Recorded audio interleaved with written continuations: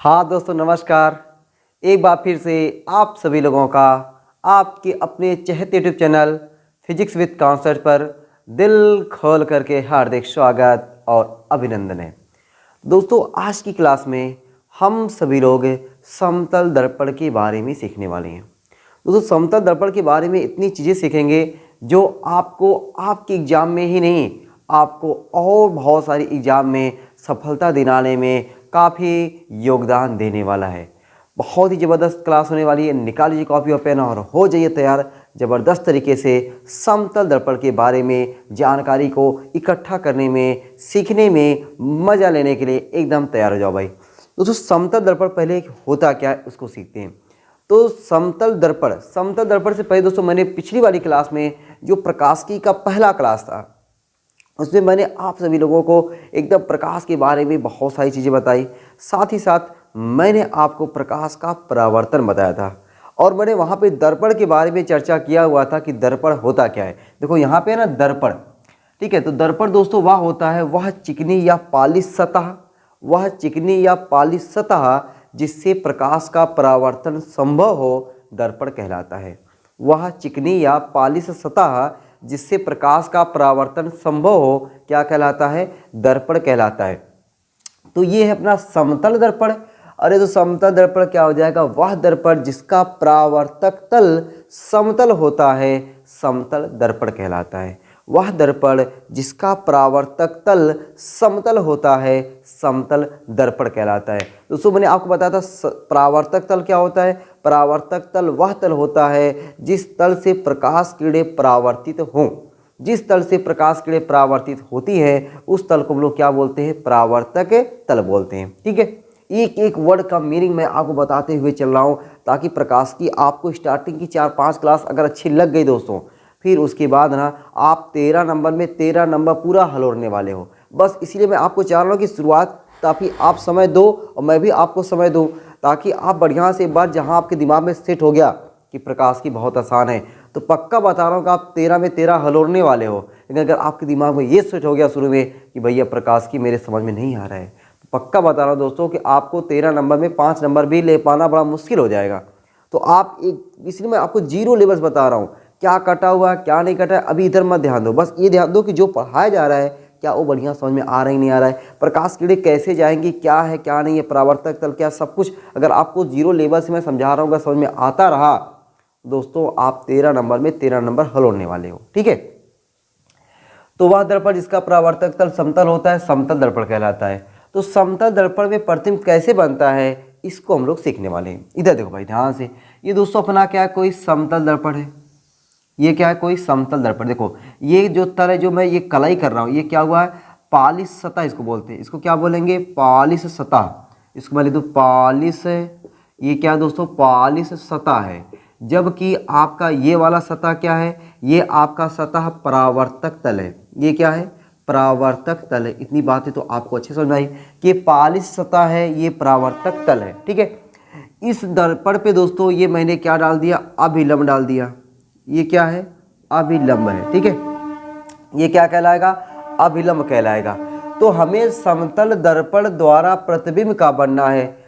प्रतिबिंब का बनना, प्रतिबिंब कैसे बनेगा उसको हमको सीखना है। दोस्तों प्रतिबिंब बनाने के लिए अपने को क्या चाहिए? पहले वस्तु चाहिए, बिंब चाहिए। वस्तु बोले चाहे बिंब बोले बात एक ही है। तो मैंने यहाँ पे बिंब ले लिया, वस्तु ले लिया। वस्तु मैंने क्या ले लिया? A B. देखो मैंने क्या नाम दिया? ए। देखो ए यहाँ पे, बी यहाँ पे, ए बी ये बिंब है, कोई वस्तु है। इस वस्तु का प्रतिबिंब समतल दर्पण द्वारा कैसा बनेगा वही अपने को सीखना है। ठीक है, वही अपने को सीखना है।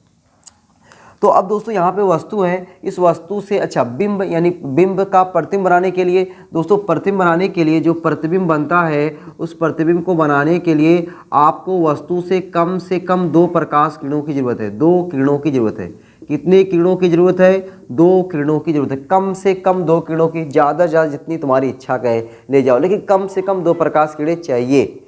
अब ये 2 प्रकाश किरणें अगर किसी बिंदु पर मिल रही हैं, ठीक है, या फिर आप मिला रहे हो, ठीक है, मिल रही हैं, तो अगर कहीं मिल रही हैं तो उसे हम लोग बोलेंगे वास्तविक प्रतिबिंब। उसे हम लोग क्या बोलेंगे? वास्तविक प्रतिबिंब। अगर कहीं पे हम लोग ज़बरदस्ती मिला रहे हैं, ठीक है, हम लोग क्या करेंगे, ज़बरदस्ती अगर कहीं पर मिला रहे हैं तो उसे हम लोग क्या बोलेंगे, आभासी प्रतिबिंब बोलेंगे।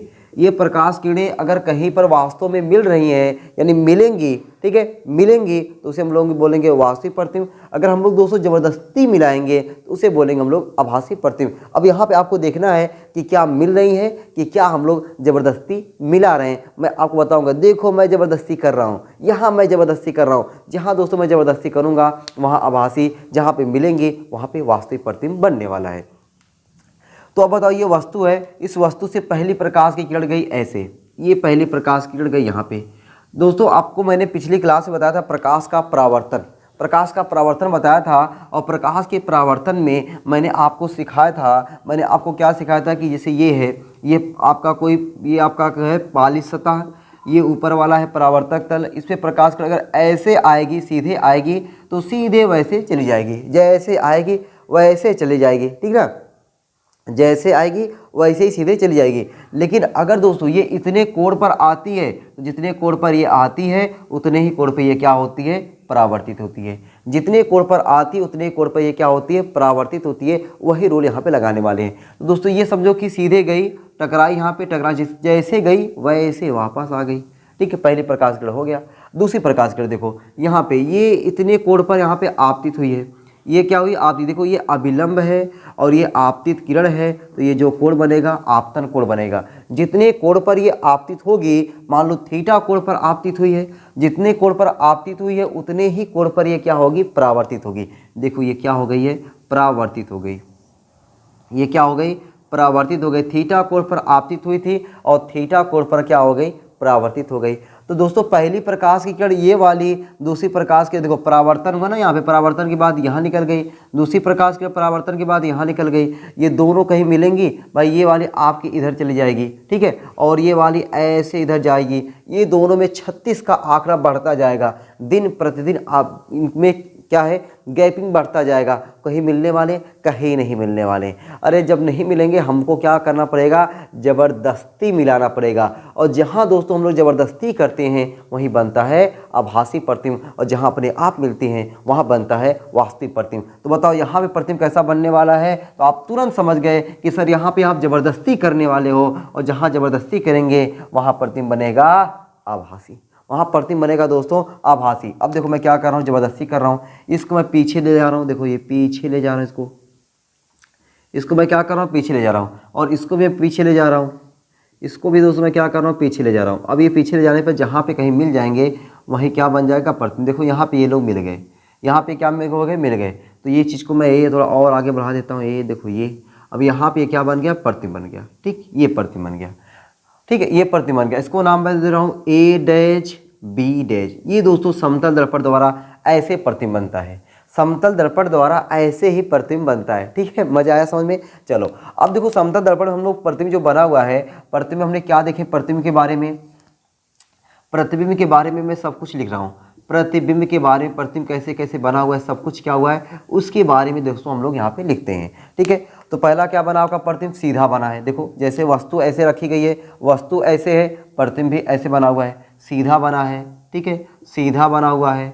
और क्या बना हुआ है, सीधा है, आभासी है, ठीक है, मैंने बताया ज़बरदस्ती जहाँ मिलाना पड़े वहाँ आभासी होता है। सीधा आभासी, वस्तु के बराबर, जितना बड़ा देखो वस्तु है, जितना बड़ा वस्तु उतना बड़ा प्रतिबिंब है कि नहीं, एकदम सामने दिख रहा है। सीधा आभासी वस्तु के बराबर, सीधा आभासी वस्तु के बराबर। और कमाल दोस्तों यही जो दर्पण है ना, यही समतल दर्पण हम लोग अपना मुंह देखने के लिए यूज करते हैं, अपना चेहरा देखने के लिए, अपना थोबड़ा देखने के लिए हम लोग कौन सा दर्पण यूज करते हैं, समतल दर्पण का ही उपयोग करते हैं, ठीक है। तो प्रतिबिंब कैसा बना, सीधा आभासी वस्तु के बराबर, ठीक है, वस्तु के बराबर, ठीक है, पहला पॉइंट हो गया। दूसरा पॉइंट देखो भाई, जितनी दूरी पर यहाँ से यहाँ तक ये वस्तु है उतनी दूरी पर प्रतिबिंब, वस्तु की दूरी बराबर प्रतिबिंब की दूरी, ठीक है। ये क्या लिख सकते हो आप, वस्तु की दूरी, वस्तु की दूरी, जितनी दूरी पर वस्तु है उतनी दूरी पर प्रतिबिंब, वस्तु की दूरी बराबर प्रतिबिंब की दूरी, वस्तु की दूरी बराबर क्या हो गया, प्रतिबिंब की दूरी। जितनी दूरी पर वस्तु बना है उतनी दूरी पर क्या बनेगा, प्रतिबिंब बनेगा, ठीक है। तो पहला चीज़ क्या मिला अपने को, सीधा आभासी वस्तु के बराबर। दूसरा क्या मिला, वस्तु की दूरी बराबर प्रतिबिंब की दूरी, ठीक है। वस्तु की लंबाई बराबर प्रतिबिंब की लंबाई, ये भी मैं लिख देता हूँ, ठीक है। वस्तु की लंबाई, जितनी वस्तु की लंबाई है, वस्तु की लंबाई बराबर कह सकते हो प्रतिबिंब की लंबाई, ठीक है। वस्तु की लंबाई बराबर प्रतिबिंब की लंबाई, प्रतिबिंब की लंबाई, ठीक। ये सब चीज़ें दोस्तों आपने को सीखने को मिला कि वस्तु की दूरी बराबर प्रतिबिंब की दूरी, वस्तु की लंबाई बराबर प्रतिबिंब की लंबाई। ये यहाँ से अपने को ये सब देखने को मिल रहा है, ठीक है। अच्छा, और देखो कुछ चीज़ें हम लोग समतल दर्पण के बारे में और कुछ एक्स्ट्रा चीज़ें सीखते हैं। क्या एक्स्ट्रा चीज़ सीखते हैं भैया, पहले समतल दर्पण की फोकस दूरी कितनी होती है। समतल दर्पण की दोस्तों फोकस दूरी जो होती है अनंत होती है, ठीक है। फोकस दूरी अनंत होती है, मैं शॉर्ट फॉर्म में लिख दे रहा हूँ, ठीक है। फोकस दूरी क्या होती है, फोकस दूरी जो दोस्तों होती है वह क्या होती है, अनंत होती है, अनंत होती है। अच्छा, समतल दर्पण की क्षमता कितनी होती है दोस्तों, समतल दर्पण की जो क्षमता होती है, क्षमता शून्य होती है। समतल दर्पण की क्षमता क्या होती है, शून्य होती है। अच्छा, क्षमता का मात्रक क्या होता है, अगर कोई पूछे आपसे समतल दर्पण की क्षमता का मात्रक, वही डायोप्टर। कोई भी लेंस हो, कोई भी दर्पण हो, सबकी क्षमता का मात्रक डायोप्टर ही होता है, ठीक है। क्षमता का मात्रक क्या होता है, डायोप्टर। अच्छा, समतल दर्पण का रेखीय आवर्धन कितना होता है, तो दोस्तों इसका जो रेखीय आवर्धन होता है, अब देखो आगे हम लोग सीखेंगे रेखीय आवर्धन क्या है, क्षमता क्या है, ठीक है, सब सीखेंगे। लेकिन यहाँ पे समतल दर्पण की चर्चा हो रही है, तो समतल दर्पण भी जितने भी क्वेश्चन बन सकते हैं सब कुछ हम लोग यहाँ पे कवर करने वाले हैं। तो रेखीय आवर्धन, समतल दर्पण का रेखीय जो आवर्धन होता है वह रेखीय आवर्धन क्या होता है, +1 होता है।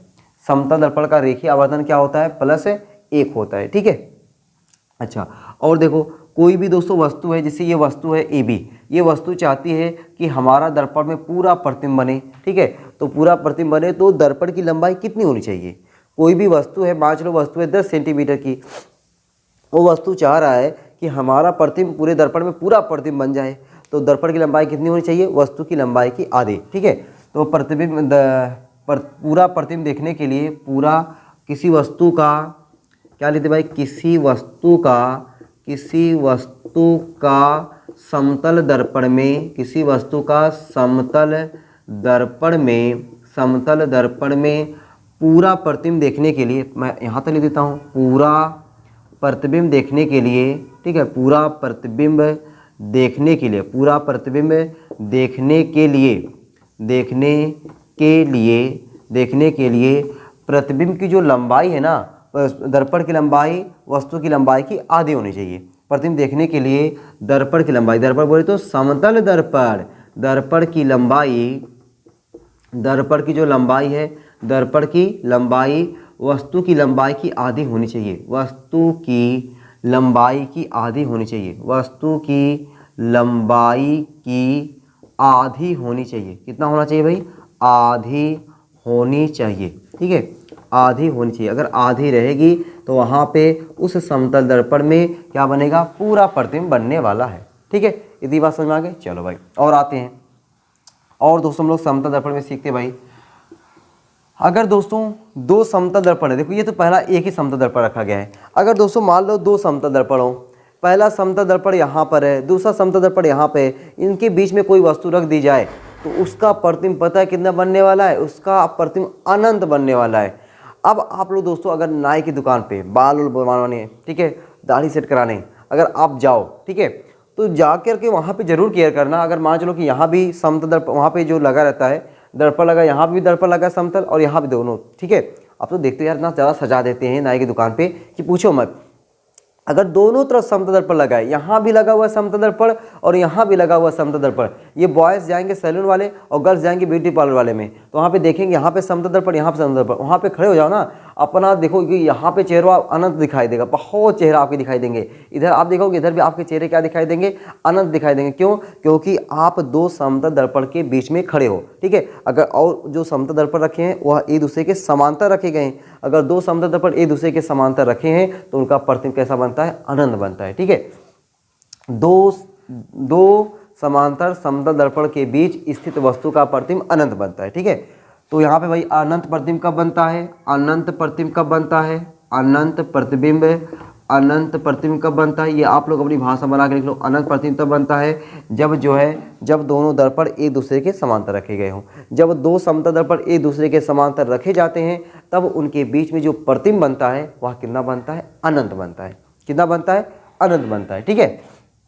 और देखो भाई, अगर मान चलो दोस्तों यहाँ पे कोई लड़का है, ठीक है, ये दर्पण के सामने खड़ा हो गया है। आप भी अपने जो मतलब ऐसा रूम जिसमें आपका भैया की शादी हो ना, तो वहाँ पे आता है एक कौन सी अलमारी होती है, उस पर समतल दर्पण बना रहता है बड़ा सा, ठीक है। उसमें देखो जाके तुम लोग भी अपना फोटो खींच, मतलब कितने लोग तो वहाँ पे जाके ऐसे फ़ोटो भी ले देते हैं, ठीक है, सेल्फी लेते हैं। उसके साथ साथ आप लोग क्या करते हो कि वहाँ पे जा करके अपना चेहरा वगैरह देखते हो, अच्छा रहता है। पूरा बड़ा सा दर्पण बना रहता है, उसमें अपना चेहरा देखने में भी अच्छा लगता है। तो वहाँ पे आप जाओ ना, तो देखो कोई नहीं है तो आप थोड़ा तेज़ी से दौड़ के आओ, तो देखोगे जब आप तेज़ी से दौड़ के आओगे, ठीक है, जो दर्पण में आपका प्रतिबिंब बन रहा है वह आपसे दुगना तेज़ी से दौड़ेगा। वह आपसे ऐसा लगेगा, आपको लगेगा, और सही भी है, लगना भी चाहिए, होता है ऐसा, तब लगता है ना, आपको ऐसा लगेगा कि वह दुगना तेज़ी से दौड़ के आ रहा है। मतलब आपका अगर वेग 5 मीटर पर सेकंड से आप आ रहे हो दर्पण की तरफ है, तो वह आपका हमशक्ल, ठीक है, जो दर्पण में बन रहा है वह आपसे दोगुना यानी 10 मीटर पर सेकंड की तरफ से 10 मीटर पर सेकंड की तेज़ी से आपकी तरफ आएगा। ठीक है। तो मैंने क्या यहाँ पे लिखवा दूँ आपको कि समतल दर्पण के सामने यदि कोई वस्तु v वेग से आती है तब प्रतिबिंब 2v वेग से आता हुआ प्रतीत होता है। ठीक है, या मतलब आता हुआ लगता है 2v वेग से। कितने वेग से, 2v वेग से, मतलब आपके दोगुने वेग से वहाँ पे ऐसा लगेगा कि जो प्रतिबिंब है वह दोगुने वेग से आ रहा है। ठीक है दोस्तों, मैंने इतना चीज़ आपको समतल दर्पण के बारे में बताया। पहला चीज़ मैंने आपको क्या बताया कि समतल दर्पण होता है क्या, वह दर्पण जिसका परावर्तक तल समतल होता है, समतल दर्पण कहलाता है। समतल दर्पण में प्रतिबिंब कैसा बना, यहाँ से मैंने आपको कुछ चीज़ें लिखवाया। यहाँ से प्रतिबिंब जैसे बनता है वहाँ से मैंने सब कुछ चीज़ बताया। प्रतिबिंब कैसे बनता है सब कुछ बढ़िया बताया, ताकि आपको एकदम बढ़िया तरीके से समझ में आ जाए कि समतल दर्पण में प्रतिबिंब कैसा बनता है। अब यहाँ पे समतल दर्पण में सीख लियो। अब अगली क्लास जब हम लोग गोली दर्पण सीखेंगे ना, तब वहाँ पे आपको और समझ में आने वाला कि हाँ गोली दर्पण में प्रतिबिंब ऐसे बनता है। ये सब चीज़ एक दूसरे से जुड़ी हुई हैं, एक दूसरे से इंटरकनेक्ट है। जितना आप बढ़िया तरीके से पढ़ते जाओगे एक तरफ से ना, तब आपको मज़ा मिलेगा। अभी मैं ये सब छोड़ करके डायरेक्ट आपको वो चीज़ पढ़ाता ना, आपको कुछ पल्ले पड़ता नहीं। ठीक है, इसलिए मैं आपको एकदम जीरो लेवल से पढ़ा रहा हूँ।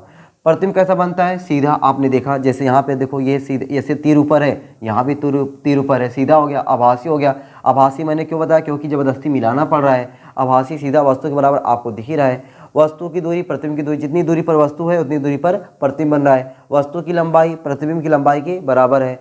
समतल दर्पण की फोकस दूरी कितनी होती है, अनंत होती है। समतल दर्पण की क्षमता कितनी होती है, शून्य होती है। क्षमता का मात्रा क्या होता है, डायोप्टर होता है। समतल दर्पण का रेखीय आवर्धन +1 होता है। समतल दर्पण में अगर कोई वस्तु है उसका पूरा प्रतिबिंब देखना है तो दर्पण की लंबाई वस्तु की लंबाई की क्या होनी चाहिए, आधी होनी चाहिए। ठीक है, उसके बाद मैंने बताया कि समतल दर्पण में अनंत प्रतिबिंब कब बनता है, जब दो समतल दर्पण एक दूसरे के समानांतर रखे गए हों। वो मैंने आपको एग्जाम्पल भी बताया, आप जाके चेक करना, आपको लगेगा कि आपके हजारों, मतलब बहुत यार, हज़ार से तो बहुत ज़्यादा, ठीक है, आपको ऐसे प्रतिबिंब दिखाई देंगे। ठीक है, तो ये सब चीज़ मैंने बताया। अच्छा, एक चीज़ बताया, अगर आप समतल दर्पण के सामने v वेग से जाते हो तो उधर वाला आपको लगेगा 2v वेग से आ रहा है। ठीक है, तो दोस्तों ये रहा पूरा जानकारी आपको समतल दर्पण के बारे में। उम्मीद करता हूँ कि समतल दर्पण के बारे में ये जानकारी आपको अच्छी लगी होगी।